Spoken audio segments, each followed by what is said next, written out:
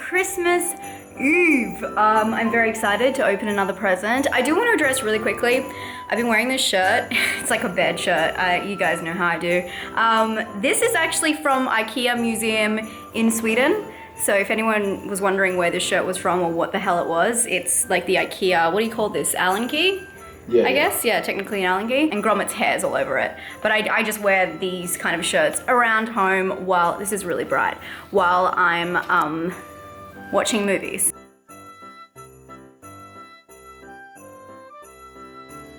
Day 5, guys. Okay, I'm praying it's gonna be maybe even something I've seen before and I really like. Wait, Texas Chainsaw Massacre. Wait, is that what it says? We'll flip it over. Amityville Horror. What the fuck? Oh, it's yeah. Wait, it's 2. It's 2. You got a double feature. I'm not watching 2. Am I watching 2? You're watching 2. Double feature. Oh my god! Did you seriously just make me watch 2 instead I of did. 1? Okay. Well, I mean, I've seen both of these before. Love the original. Love the remake. Very different films. On the back it says, from Michael Bay, the producer of the Texas Chainsaw Massacre, which is what I saw first, so I assumed it was that. I can't believe he got me a double feature. Double feature. Okay, I guess today's gonna be a long one. I guess I'll watch the original first and then we'll watch the remake.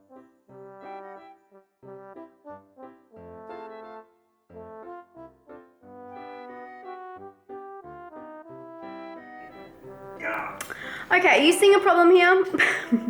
Obviously, I meant to start with the 70s version, and as I was watching the start of it, I'm like, this does not seem right. This does not look right. This is not right. Guys, I'll rewind. I'll play over the little clip of me flipping between the 2 DVDs. This is the other DVD. Do you see the font here? This is meant to be the 70s one, and that's meant to be the remake? What the fuck? And it also was the first one put into the case. I mean, I don't know if I'm being nitpicky, but that's fucking weird to me. That would be the original. They don't say which one's which. This is gonna be a long video. I'm gonna restart this again. What the hell? Old school, that's new school. Like, I'm just going by the font. Is this a joke?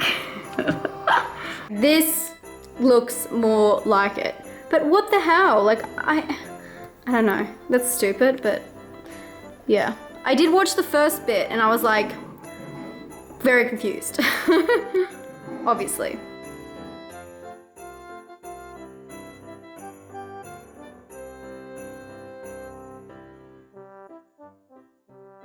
Okay guys, I don't think you expected to see me here for a while, but I have some thoughts on both films, and I'm gonna just kind of do a versus for this because rating one and then rating the other didn't really make sense when it is the same movie. It's not like it's a sequel or anything like that.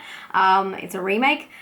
So, fun fact, I've seen obviously both movies before. I remember watching the original when I was, you know, a teenager. And then I remember watching the remake quite a few times in my life.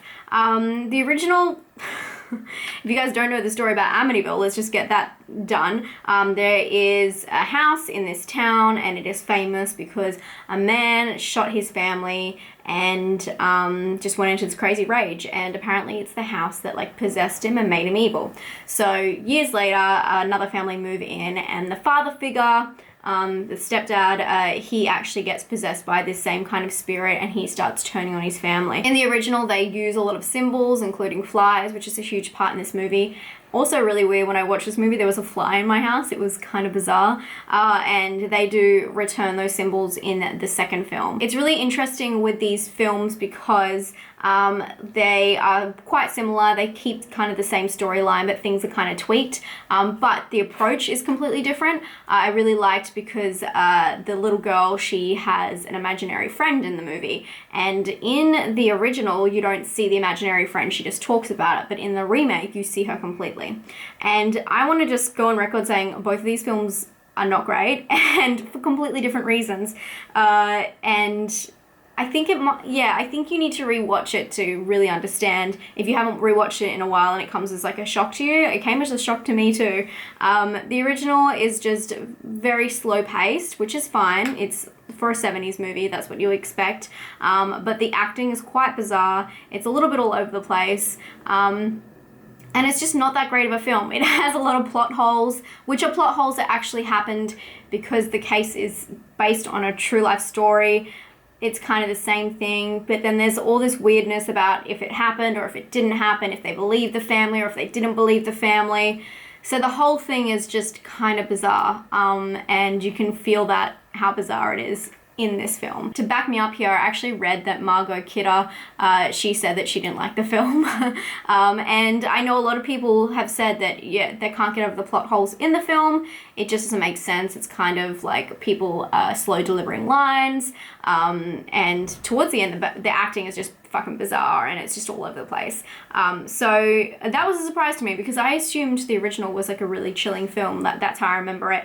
But what my theory is I think people are remembering Amityville. And when you see that house, and that house has like those piercing eyes almost at the windows, I feel like you just assume that it's just like iconic, and so iconic can't be touched, but not so much. The second film, the remake, 2005, I believe, just destroys everything. And I thought that this was really good. I remember really liking Ryan Reynolds in this, obviously, but it was really bad. And it takes a completely different approach to the first one where everything is out on the table. And the scares, they're like dramatic scares. Like one point, the girl is up on the roof, you know, like they get locked in the closet with the monster, like all this kind of stuff. They are within, I would say, 2 minutes of each other throughout the whole film. So it's just non-stop scares and very intense practical effects, very intense. You know, like hands grabbing a girl on the ceiling and, you know, teddies and dolls, and like, it's just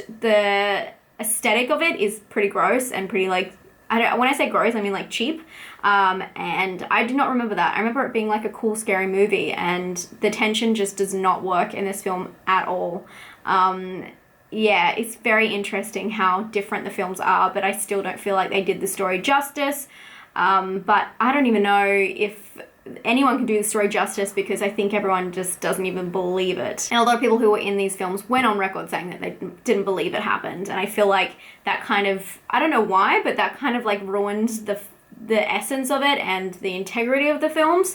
But that's how I feel. I know it sounds really strange and it's like a really weird thing to draw out of it, but I want to know what you guys think of the Amityville horror movies. I do really like the story and I think it's really creepy and really cool, and it's, you know, it's pretty epic, but the movies just weren't great. And I was really surprised.